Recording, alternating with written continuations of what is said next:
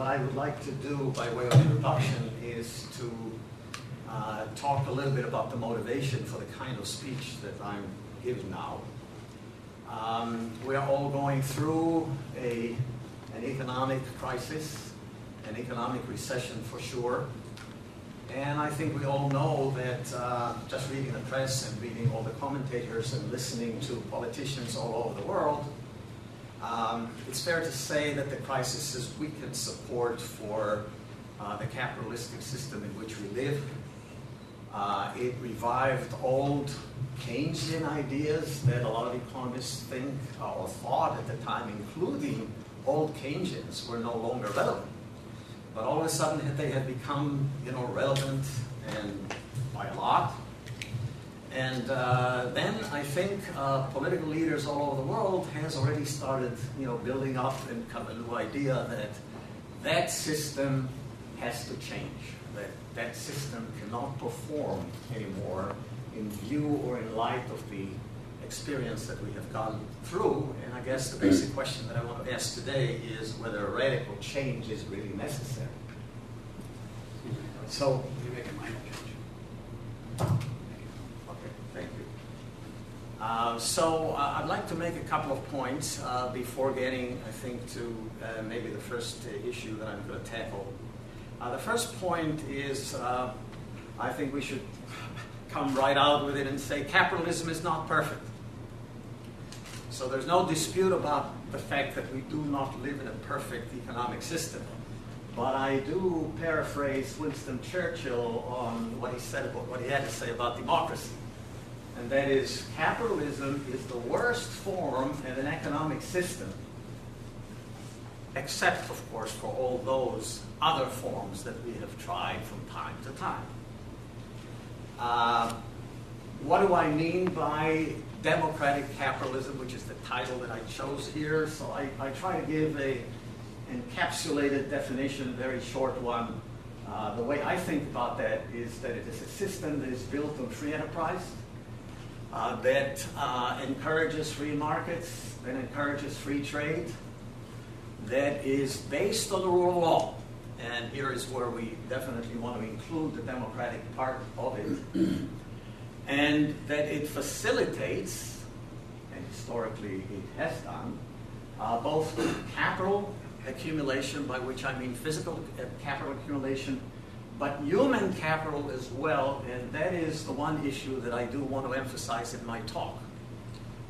It is not often mentioned in the same breath as physical capital, but in view of what Bob has already said about the way we are thinking about the topic, we think that it may be the even more important part of it.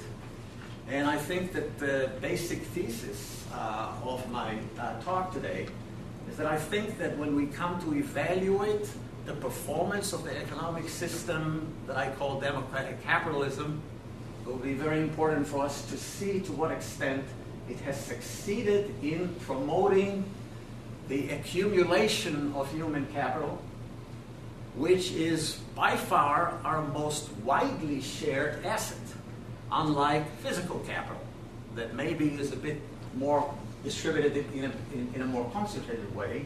Human capital is owned by everybody. Everybody in this room is a human capitalist by my definition. And so the talk really is about human capitalism, and that puts, as I also say in the introduction to the general human capital, the defining aspect of it is that it puts people at the center of the economic system. And that's one of the reasons that I do want to emphasize this aspect of capitalism. Okay, the second point that I want to make quickly is that the dire assessments of the capitalistic system are not new at all. They do pop up from time to time, and they tend to pop up at times of crises. And so if I'm right about that, then once we're done with the economic crisis, maybe the talk about the need to change the system will subside. I'm not saying that it's going to disappear, and I'm not going to take any extreme ideological position here. I would like to talk about that as a scientist, viewing the role of the system in the way it promotes human capital. I do want to mention Schumpeter's diagnosis of the capitalistic system that I think in many respects kind of frames the discussion that I want to give today. Schumpeter was saying that capitalism promotes wealth accumulation in the long run, but is marred by short-run or short-term flaws. Certainly, I mean, the system does give rise to episodes of unemployment, severe ones, that we generally associate with the business cycle. Therefore, it does not eliminate instability. It could be unstable at times, and it does not eliminate inequality.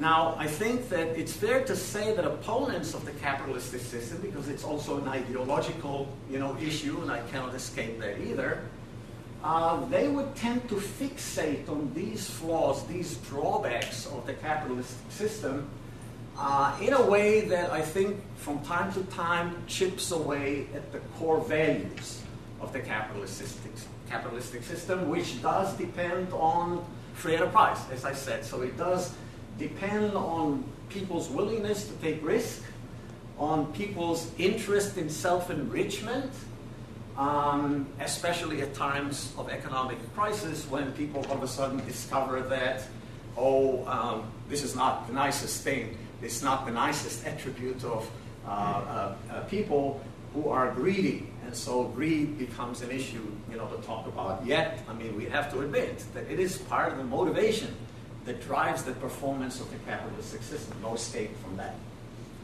Now, so there is a difference between short-term performance of the capitalistic system and the longer-term performance of the capitalistic system, the way Schumpeter thinks about it. But the interesting thing is the verdict that he comes up with at the end. And he says, because of this tension between short-run performance and long-term success, at least in his mind, capitalism is bound to lose its vitality. And I think the rationale for that is that we see that during times of crisis when politicians criticize the system, look for alternatives, look for ways to deviate from that, looks for all of a sudden new ways to put trade restrictions on the importation of low-end tires, from China. That's the latest episode that we have to go through. This is not a coincidence. It comes from time to time, and it tends to become more intensive during periods of crisis. And because these periods repeat, and politicians always see some interest in underscoring difficulties of the moment, that this tension in the long run, because it chips away at the foundation of the system, would also cause it to collapse. Now, I think that the diagnosis of the system, the way Schumpeter put it, is perhaps validated, as I indicated by at least one of the examples that I gave you.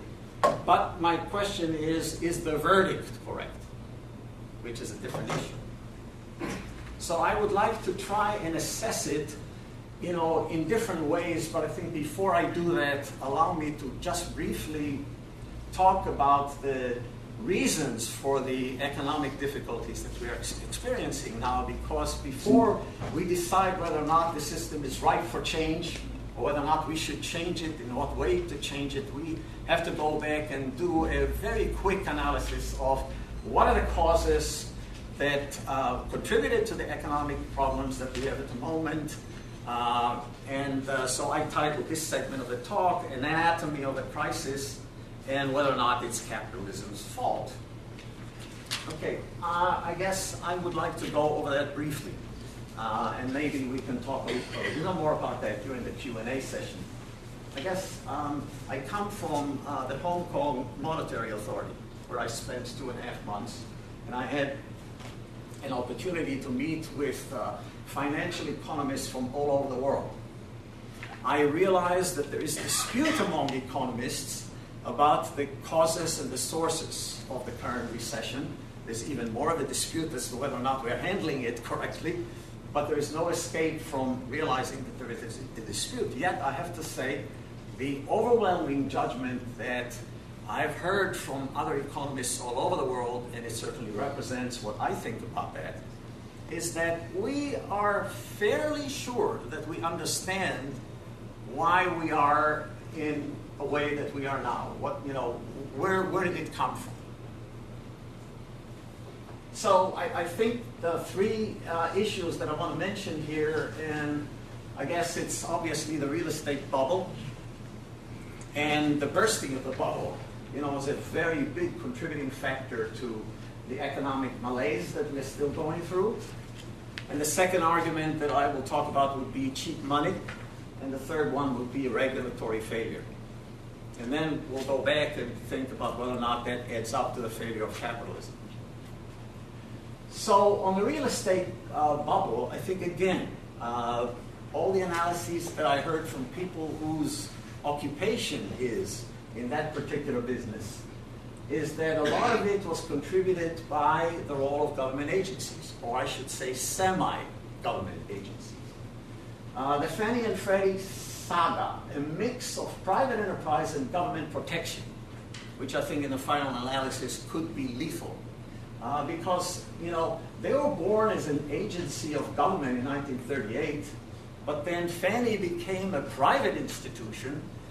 You may not know the reason for that, but the government wanted to take them off the books so that they could have a separate budget. They also became a government-sponsored enterprise. Ginnie Mae was set as a guarantor for that enterprise. Freddie Mac was added in 1970 to start a secondary mortgage market. Now here's my own assessment about the way that Fannie and Freddie worked. I think overall I will give them good marks. For a very long time, I think that they produced a very useful service to the economy of the United States in enabling a widespread ownership of housing in the economy. They brought a lot of people and allowed them to the game, allowed them to become owners of property in the United States where they could ill afford it before. And I think the system performed quite well in doing that. I think the trouble started, actually, in my opinion, when the government started laying requirements and requisites of these two institutions that may have contributed later on to the mushrooming difficulties. For example, there were mandates imposed on the two enterprises. The percentage of mortgages going to those below median income rose to 52% in 2005 as a result of these regulations.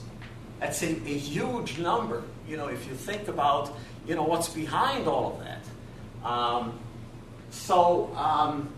The subprime idea is not so much about the terms under which people could buy mortgages. It had to do more about the fact that they didn't have to go through much of an inquisition about whether or not they could afford the housing. That is much more important by way of regulation. Mandate continued to increase. Congress mandated that the percentage of mortgages going to people below 60% of median income was expected to rise to 28% in 2008. So this is the start of it. A lot of people became owners of houses that they could not afford paying for. But in the process, they have created a rush on real estate. And when the rush on real estate started bubbling in the form of increasing house values, every businessman in the United States wanted a piece of the cake. They wanted a piece of the action. And it's hard to blame entrepreneurs for trying to do that. So I'm referring to the well-known animalistic spirits that Lord Keynes, is responsible for talking about. Animalistic spirits just means that CEOs of corporations that have to face their board and have to face their shareholders and have to face requirements for improving profits at the enterprises want to get into the action. The problem is that neither Fannie nor Freddie had the capacity to provide the mortgages themselves. They were not capitalized to do that. And so the market had to invent new forms of capitalization that would enable the continuous lending of these mortgages. And thereby come all the derivatives that you have heard about, the mortgage-based securities, the asset-based securities, the credit default swaps that also benefited from all of that. Ladies and gentlemen, that's a house of cards, and in the end, that house of cards did collapse. The cheap money part of it is kind of an addition, an unfortunate addition to the frenzy. Because when the Fed, after the recession of 2001 and 2002, decided to hold interest rates at the level of 1%, it was in a way a crime not to borrow money. And so again, animalistic spirits are at work. Everybody wanted to borrow money, and real estate was the way to put the money. When you have so much money affecting the system, in a way the money supply went up dramatically, it has to show up somewhere, and it showed up in the real estate contributing to the bubble. I have a picture here that unfortunately is not very clear. I think that it was once published in the New York Times, but I will show it to you just to indicate one thing here. It's a very long term. This is about the First World War. First World War is here, Second World War is here. I mean, it's hard to see. I really want you to focus on the bubble, okay, starting in 1998. You see what happened? We have never seen any spike of this sort in real estate values in the United States. And so I think that basically sums up, the two arguments that I was trying to talk about before. And so I guess the question is, could it have been foreseen that we're about to experience a recession? And the answer is yes. It doesn't take a rocket scientist to look at the chart like that and realize that somewhere, the enemy was lurking in the shadows. I do want to mention regulatory failure because that's part of the problem. We had excess leveraging. In a way, I think the system now contains a shadow banking system that plays by different rules, that does not have to play by the commercial banking rules. And so when this shadow system engages in leveraging to an extent that did not exist before, people lose control over essentially the money supply. And so the regulatory system did not work. The Fed and the commercial banking oversight committees did not see it coming, at least did not warn about it.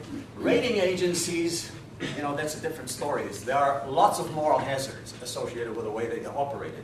So I do not want to give kind of an in-depth assessment of their particular part of it, but that they were part of the problem is just no question about the fact that, there's one thing that I have to add here for the purpose of academic economists who may be in the audience. I think part of the problem was that the formula proposed by finance theorists by which they can assess the value of derivatives just didn't prove to be valid. I think we know the reason for that. So if the crisis is going to generate any rethinking in the economy, I think the first one has to come from academic economists. We have to go back to the basics and really think whether or not the so-called efficient market theory is valid the way that they thought it was. Obviously, it failed. And I think that that actually is part of the problem. I guess the banks, were buying it because everybody else was buying it, and that's what I mean by animalistic spirits. So there was, a bit of an overreach, not just a bit, but a lot of overreach in the system. And that is, we'll conclude that part of the discussion that I had in mind to give you. And now I want to go to the second part, which I think is a lot more interesting and important maybe for this discussion. Is capitalism really losing its vitality? So again, I think that lets me go back to the theme of my discussion, and that is the role of human capital. But I want to start basically with the contribution of capitalism to economic growth, which I will maintain has been done primarily through its ability to contribute to the formation of what I call human capital. So I'm going to show you a few charts that are taken from another article that I wrote about why the U.S. had became an economic superpower in the 20th century. And it's available as a chapter of a book, but also as an NDR working paper. Let me start with a chart that shows you the long-term progression or evolution of our domestic economy, measured by GDP.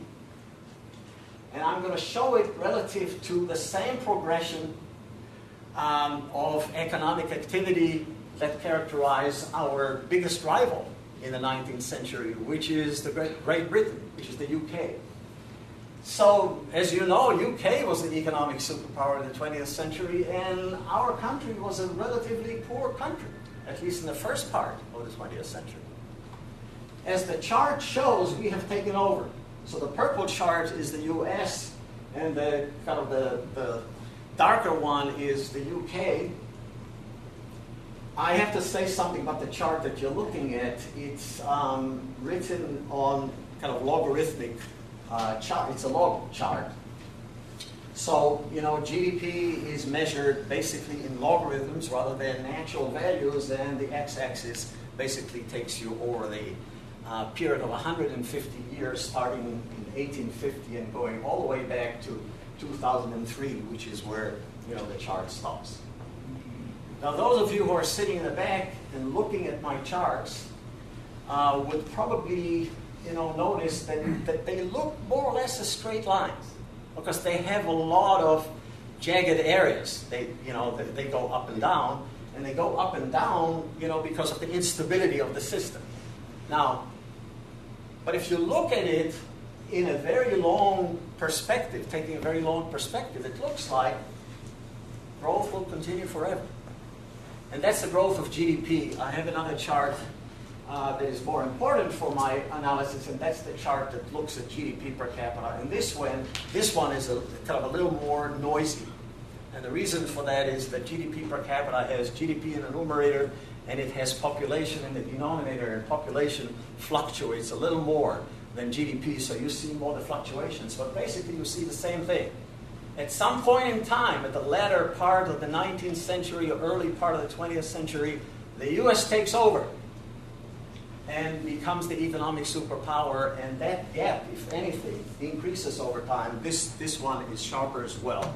And the reason that you're seeing it is that the slopes of these curves are nothing but what we call rate of economic growth. The percentage at which the economy continues to grow from year to year. This is what the slopes are showing. So we're seeing two things by these charts. First of all, both GDP and per capita GDP, perhaps a better measure of human welfare, is growing almost uninterruptedly over time. The major interruptions are the major recession.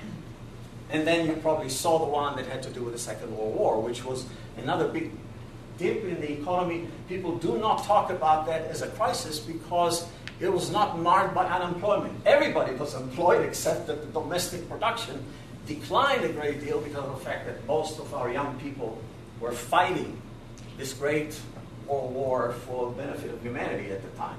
So this is the only deviations that we are seeing here, and that's one aspect of the charts. But the other aspect is that the rate of economic growth in the United States has surpassed that of Great Britain consistently over this 150 years. So here are some of the numbers that you can look at. GDP average rate of growth over the 150 years is 3.39%. Per capita GDP in the United States grew by 1.87%. We also have quite a high rate of population growth relative to the UK. That's still true relative to Europe as a whole. And then, so you see that, I mean, the differences are huge. 3.39 versus 1.91 for GDP, 1.87 versus 1.42 for per capita GDP. The one thing that I would say, though, is that over the 61 to 2003 period, the gap between us and the UK has diminished a little bit. This is not easy to see when you look at the long-term charts, but if I kind of decompose it to specific periods, we do see a tendency for the UK to go toward conversion, but they're still far away, and the absolute differences are still going to rise, and they're going to rise substantially.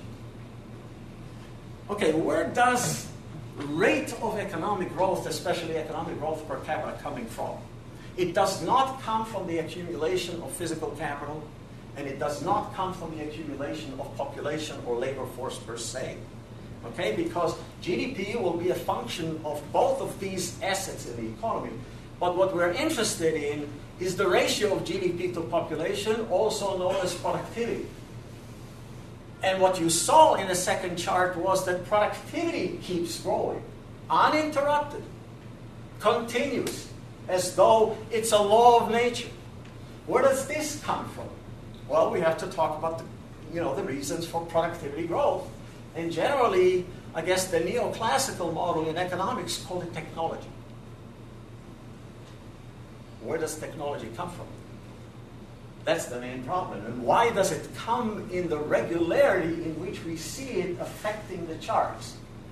I think the better way to think about it is, where does technology, where is it born? It's, in a final analysis, coming from the minds of people, from the ingenuity of people, from the knowledge that they accumulate, from the entrepreneurship that they display, all of which defines human capital. So it's the human capital hypothesis. In other words, it's human capital formation that goes on uninterruptedly over time that contributes to the uninterrupted rate of economic growth. And we also have to explain why it is that the US has excelled so well in that. And I have to cover both.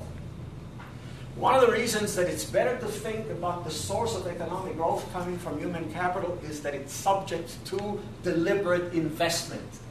We invest in knowledge. And the current generation, more importantly, invests in the knowledge of the coming generations. That's really the theory of human capital, or its contribution to economic growth, in a nutshell.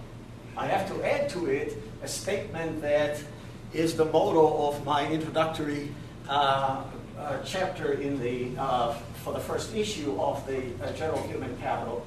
John Maurice Clark said, "Knowledge is the only instrument of production that is not subject to diminishing returns." We know that physical capital by itself is. We know that labor by itself is.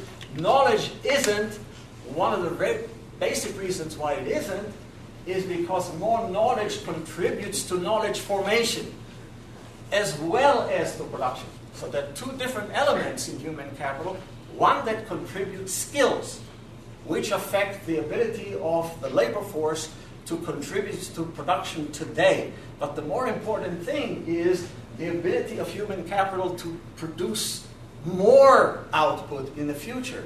And that comes through investment in new knowledge, and knowledge has this perpetuating impact on it. That it contributes both to the production of new knowledge and to the production of goods and services in today's economy. And that's basically the secret. That makes human capital or knowledge really a unique asset in the economy.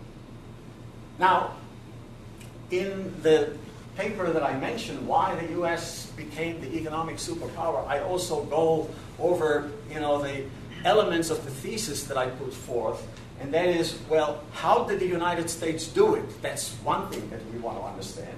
So there are two things that I want to say to, some of you who may not be aware of it, and I'm sure that many of you are.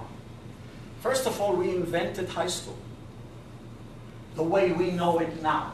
That's what I mean by it.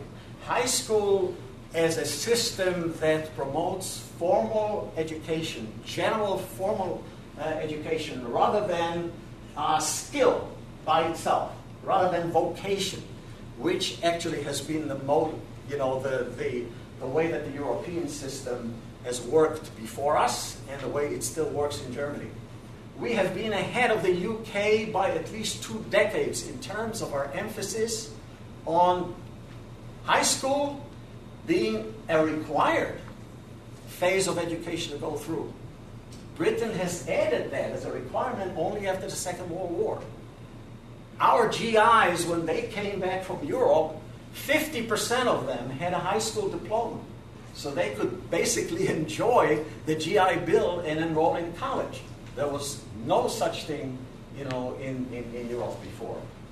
The other thing that is perhaps even less well known is that we have also invented public higher education.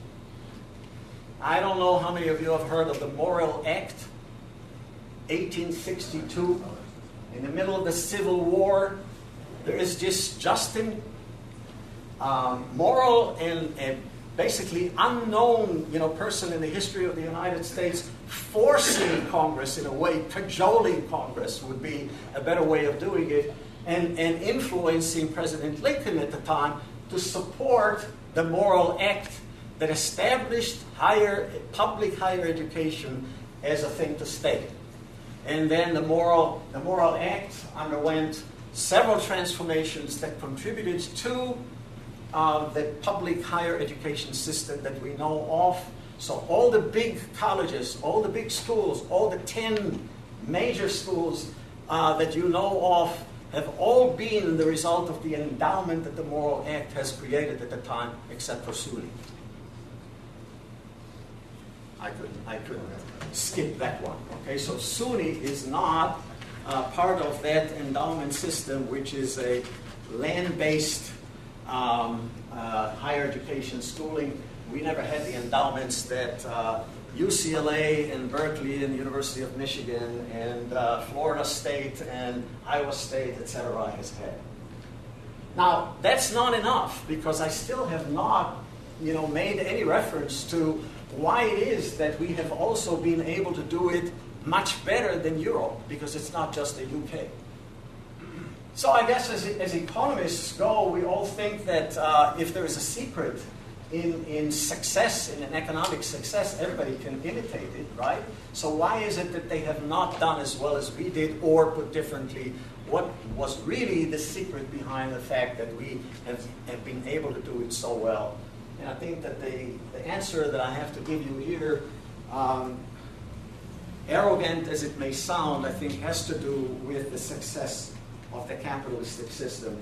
I guess if I were to describe it in one word, it would be the following: that the United States, with its economic, political system, has been able to provide stronger rewards for the accumulation of knowledge, for human capital investment, than did other systems in the world, definitely the UK. So it's basically rate of return. Our system to this day provides a higher rate of return for education, for knowledge, than any other system because of our free markets. So we have a free labor market. We do not have a regulated labor market that says how many, what should be the salary of this industry or that industry. We don't interfere with it. At least so far we haven't. Or we let the marketplace dictate what is the right reward for education. We are also a more democratic and egalitarian system. We have encouraged people to join our educational system, especially higher education. The reason I mention higher education in particular is because I'm concerned primarily with the link between knowledge and technology, or technological innovations, a lot of which are the result of the fact that we do have research enterprises at the tertiary level which directly contribute to research and development in the United States. That's the link. It's not the exclusive sort of it. You can have a lot of great innovators that have not gone through college, but the majority of it, or on average, I think college education has contributed dramatically to it. So we do reward education in this fashion, and that is one of the reasons that we have been magnets to students from all over the world to come over to the United States and enjoy first of all, the great educational system that we have to offer, but also the benefits that our system provides to them. So to some extent, we have been able to accumulate or form human capital, grow it domestically, and to some extent we have also been very successful in importing it. But you have to ask, why is it that people want to come to us? Why have we been able to attract some of the best minds in the world? I guess 50% of the Nobel Prize winners in the United States were not born in the United States. Where is this coming from? And I think it's this tremendous attraction of the open society, the open system. Yes, the egalitarian system that we live through because our colleges did invite minorities, did invite women, maybe not perfectly, but we're trying to do that better and better over time. And I think the better we do it, the better off we're going to be in growing more and better human capital. And that's the secret. I do want to touch upon only two small issues here, and then I'm going to quit there and open the discussion. I realize that economic growth measured as per capita income is not the perfect measure of economic welfare or human welfare. And so I would mention, two other characteristics of the system, one of which has to do with income distribution. Now, it's been said that, yes, the United States is very successful in promoting economic growth, but we also have a high degree of income inequality. Fact of life. There's no question about that. I mean, it depends on the measure of inequality that you want to use, and that's not a simple matter, but we do have inequality in the distribution of income. The question is, where does it come from? And I have to say something here, again, using human capital theory. I would like to just remind people that when we talk about current income that people obtain, it comes largely because of the investments that they have made in themselves. And so to some extent, it's not correct to measure income inequality by just looking at current income. You want to look at present values of lifetime income that also take into account all the years that they had to devote in order to get their higher education, or education period, which is the main reason that explains the distribution of income. So there are two facts that come out of scientific research. Number one, differences in schooling are the major and the most important factor that explains income distribution. Second, present values are a lot more important because they take into account the costs as well as the returns that are observed at a point in time. When you measure the distribution of present values of human capital, they're not that unequal as the current income goes. That's one thing. The other thing, of course, has to do with an ethical consideration. What's the alternative?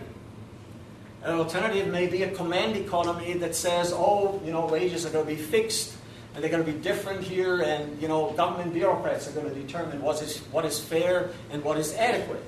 Well, again, economic studies show that in command economies, the degree of income distribution was not lower. The degree of income inequality, was not lower than the one that we have in the United States. The major difference is the rule that creates it or dictates it.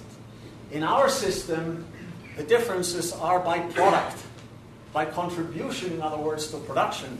In command economies, it goes back to human capital. In command economies, it goes back to political capital, which is a very different sort of investment, one that is not benefiting the economy as much. Okay, and I have some charts here that I think demonstrate, first of all, on the right-hand side, the correlation between the distribution of schooling in different countries by the level of the economy, by the level of GDP, real GDP term, and then the way that income inequality goes. As you can see, it's almost a perfect fit, which supports at the very minimum the notion that inequality is, in the end, a function of investment in human capital that people make in themselves. The last part that I'm going to mention, that's going to be the final one, is we can also think about the success of the capitalist system in the way that it promoted human longevity. Over 150 years, ladies and gentlemen, life expectancy in the United States has increased 2 times. A little more for females than for males.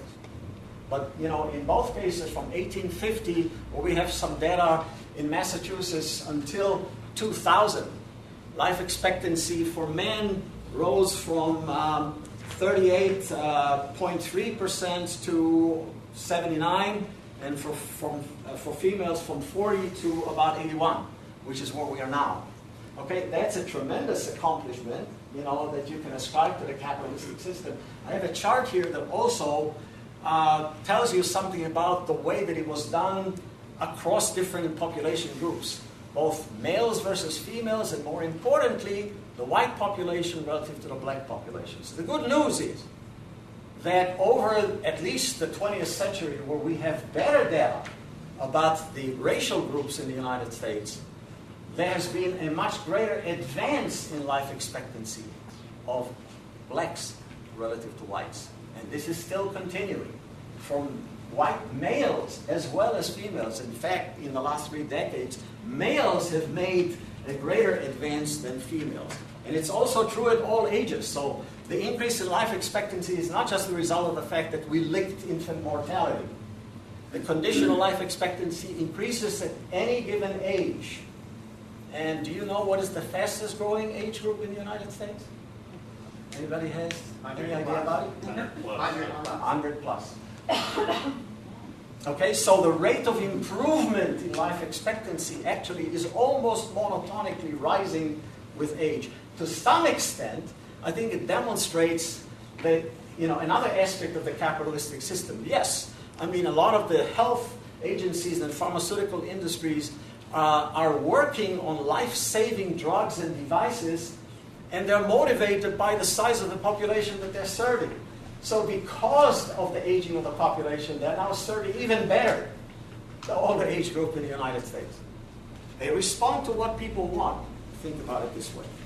All right, so I come to my concluding remarks, and my concluding remarks is that capitalism has, in my estimation, allowed a dramatic improvement in human wealth and longevity, but I do want to emphasize the human capital aspect of it, because it is not sufficiently emphasized in the literature what we mean by capitalism and what benefits the capitalistic system has brought to the United States and the world. Thank you.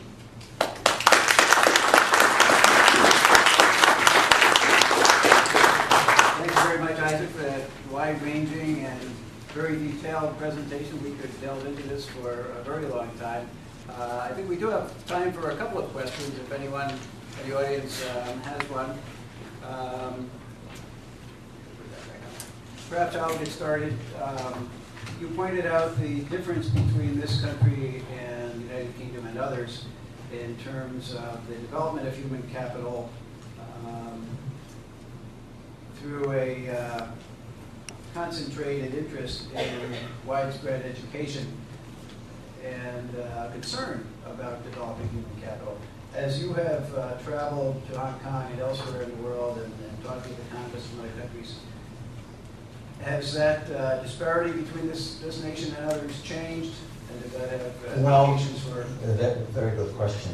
I turned on another microphone that I had so I can speak softly at this point. When we talk about the Asian economies, it's a very interesting exercise in the application of this growth theory, human capital based, because they have done what we did in 150 years. They have managed to do it in about 20 or 25, partly because of the fact that they learned from us. But what we also know is that the systems, both in Asia and in Eastern Europe and in Northern Europe at this point, have adopted many of the things that worked for us. So, I mean, the secret is not that, mysterious. We see it in action. The success of these systems is dramatic. But in terms of the level of per capita income that they could enjoy or the standard of living that they can enjoy, they are years apart from us. So, we are still the leaders of the world. Incidentally, New York State is still the leader of states in the United States, at least major ones. I wonder whether despite all the concerns that we have about the U.S. economy, we still have the highest per capita income in the United States relative to the populous states. Connecticut beats us. I know you have also thought about the implications of all this for New York State in particular. Oh, I actually think that the application to New York State is very important. We should not lose sight of it. First, a commentary about the New York State economy. I mean, it's not a secret at this point that upstate is not performing very well. So the wealth of New York State comes from downstate, and I would be more specific. A lot of it comes from the financial sector of the economy of New York State. So Wall Street's contribution is paramount to our success. And I think that there is an enormous amount of human capital that exists in the financial sector of the United States that drives the success of the financial services sector. a tremendous amount, let alone the fact that, maybe the modern theory of finance doesn't emphasize so much the importance of knowledge in human capital, but we think it's dramatically important. And I think that actually because of this, the financial services sector in New York is still stable, showing stability despite all kinds of attempts to regulate it. I don't think that all of the regulations that we have in mind are going to be productive. And some people have warned us about the fact that, maybe it'll cause a huge wave of emigration from Wall Street to other places. Maybe Dubai is going to be the next center of the world insofar as financial services are concerned. The same thing is being said about London, but so far they're still sticking it out. And I think the reason they stick it out is because the human capital is here. And they cannot afford losing the information channels that they have in New York City and in London. So unless we do something terrible to ourselves, I think we're still relatively safe. Yes.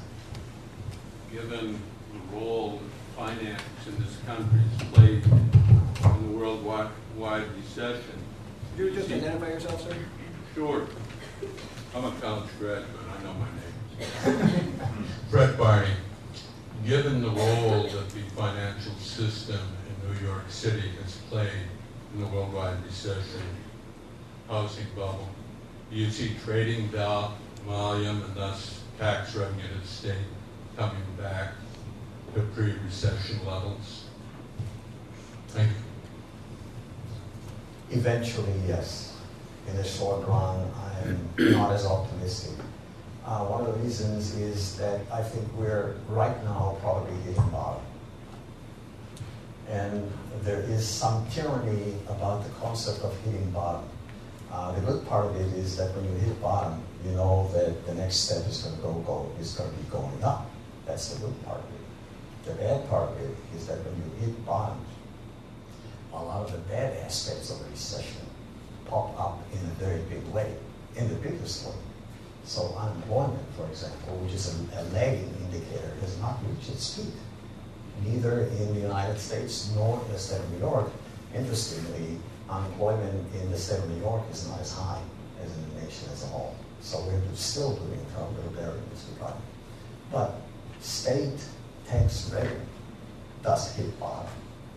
So when we hit bottom, the problems that we have with our ability to generate tax revenue is also reaching, the greatest proportions. And there is a problem of, how the state manages to overcome the transition period which we have to do. As I said, I think if you look at the chart, again, I just want everybody to leave this room thinking about the two charts of the seemingly uninterrupted growth in GDP and GDP per capita that can go on forever unless we really mess up badly. So I wouldn't like to see us going away from the principles that have enabled this uninterrupted growth in the way that we have managed it. So at the very minimum, whatever we do, whatever reform we agree to, we should keep in mind that these reforms should continue to serve the most important element that I think I've tried to emphasize in my talk, and that is the uninterrupted growth in knowledge, the uninterrupted growth in human capital. Yeah. Thank you, Isaac. I think we do have to move on now. Yeah. Thank you. Please join me in thanking Isaac Ehrlich.